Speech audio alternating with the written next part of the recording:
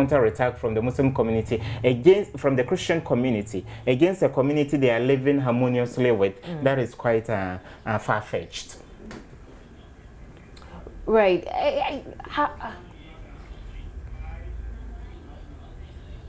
Yeah, so I think this current quandary, this quagmire, will end in the next few hours. But the body count is going to increase, unfortunately.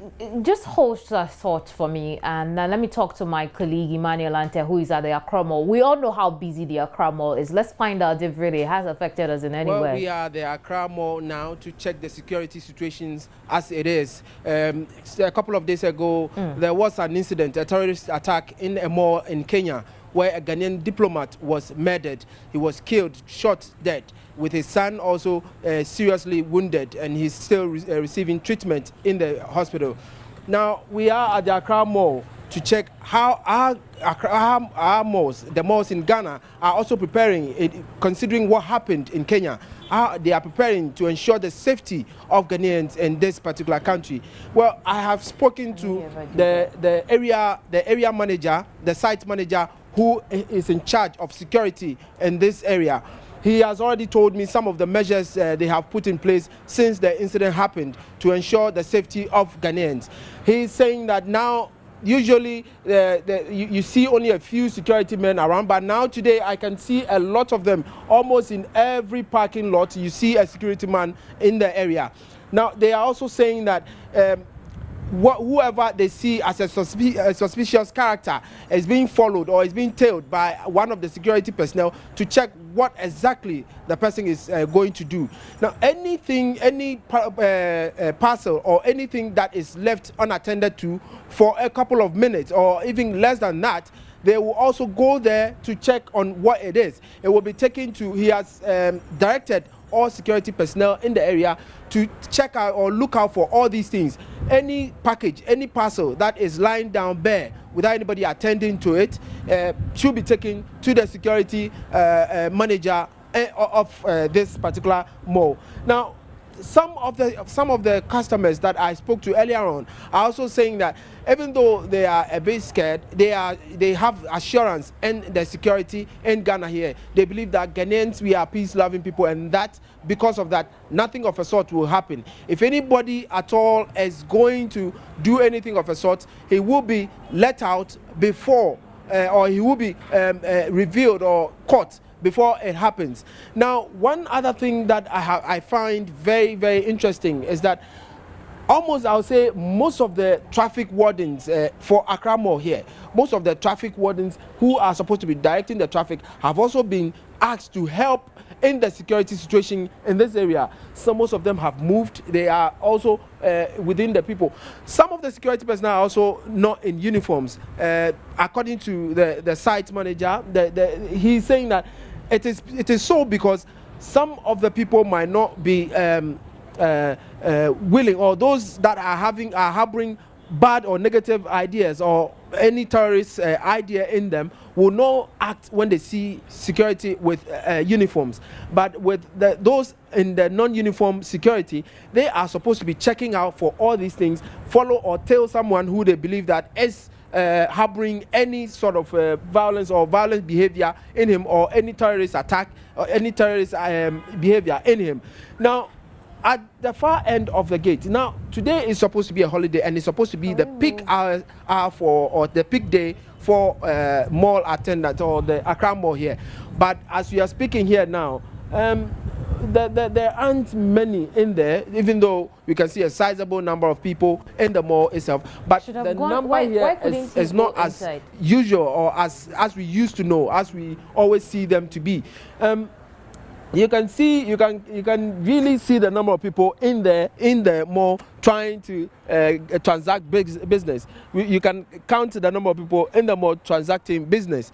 I believe that most of them are waiting. Probably in the afternoon they will be moving in, or they will be trooping in to transact their business. But as we are speaking now, they are not here in their numbers. It's good Ghana is taking precautionary measures, but the conditions on the ground are not conducive for any imminent attack against Ghana. Kenya has been attacked because they got involved in Somalia. And that is why I think the most serious security challenge to the West African sub-region now is Boko Haram. For 4 years, Boko Haram has largely remained a localized struggle. There may come a time when countries in the region will be pressured by the international community to deploy a force there. My advice to Ghanaians, and I know our presidency has got very good advisors, aged people who will advise, Ghana should never have boots on the ground. If you deploy people into these countries, these theaters of war, that will give the insurgents an excuse to target your people. Currently, who would attack us? Al-Shabaab or Boko Haram? We've done nothing wrong to them.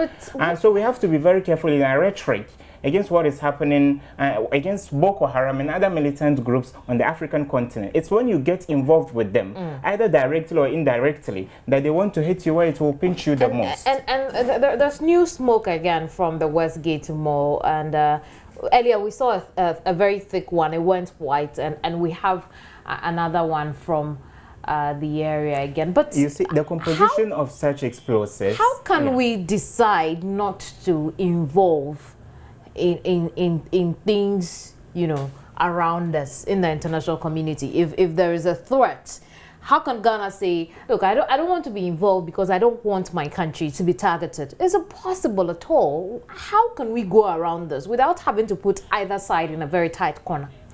We are part of the international community of states. There are regional groupings all over the world. ECOWAS is one of them. If ECOWAS decides to militarily get engaged in Nigeria, I think we'll have the choice to help with logistics other than having boots on the ground. Al-Shabaab is an East African problem, but not all East African nations have contributed troops to the struggle that is going on there. That is why Djibouti is still safe as we are talking today. Djibouti is an East African country. So Ghana may contribute in kind, but we should never have Ghanaian boots on the ground, because there are so many overlapping similarities between Ghana and Nigeria. There are crossbreeds of inhabitants both here and there. And these insurgents have got sleeper cells around the world. And bombs come cheap. Today with ammonium nitrate, you can just make an explosion. So we got to be careful. Are we not trying to then what groups as Al-Shabaab do?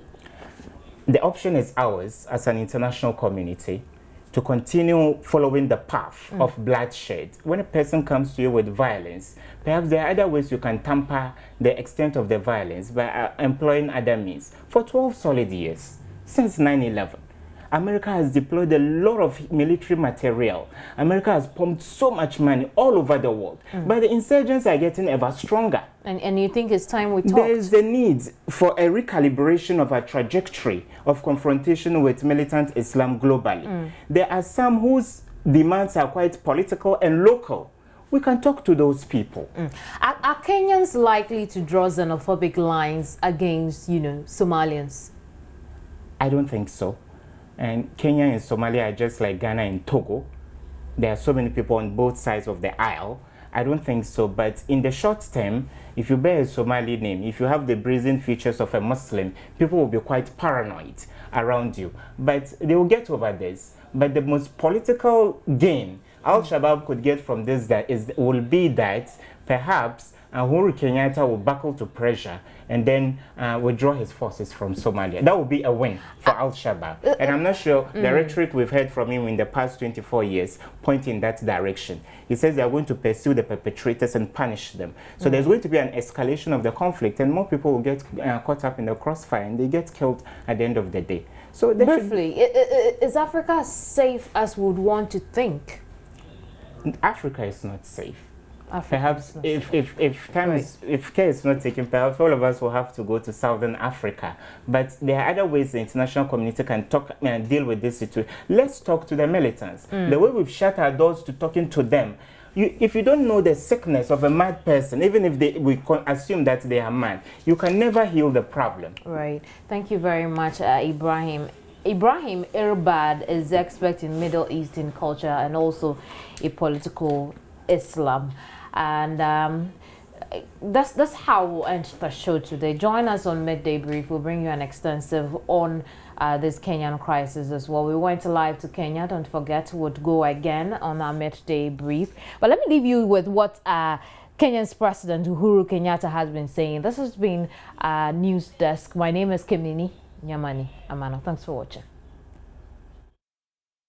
The outcome has not been ideal, but I am satisfied that our disciplined forces have responded in a professional and effective manner as the circumstances have allowed. I also ask Kenyans to remember that these officers are putting their lives on the line for the greater good.